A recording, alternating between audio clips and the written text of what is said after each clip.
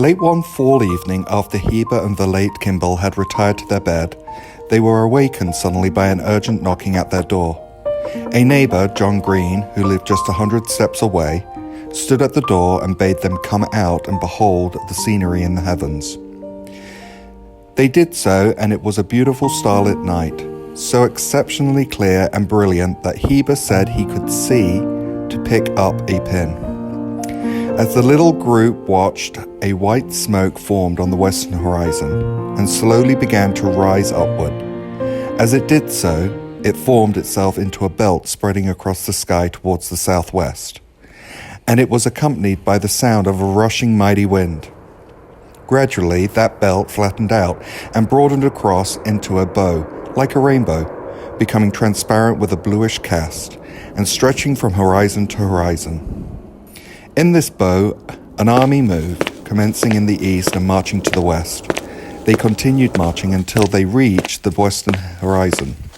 They moved in platoons and walked so close that the rear ranks trod in the steps of their file leaders until the whole bow was literally crowded with soldiers. They were dressed in the full battle gear of 19th century soldiers, muskets, bayonets, and were so clear and distinct that Heber and the small group of neighbours could distinguish the features of their faces and hear the jingle of their equipage as they moved. Shortly, the entire bow from horizon to horizon was crowded and filled with marching men, the sound of that marching reaching clearly to the ears of the astonished onlookers.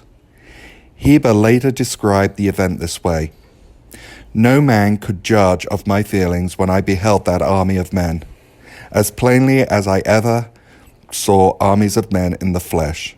It seemed as though the very hair of my head was alive." When the front rank of soldiers reached the western horizon, a battle ensued.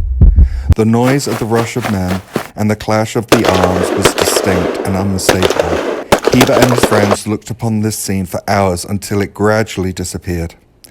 Heber's wife, somewhat afraid, turned to one of the older men in the group and asked, "Father Young, what does all this mean?" "Why, it is one of the signs of the coming of the Son of Man," he replied in a lively and pleased manner.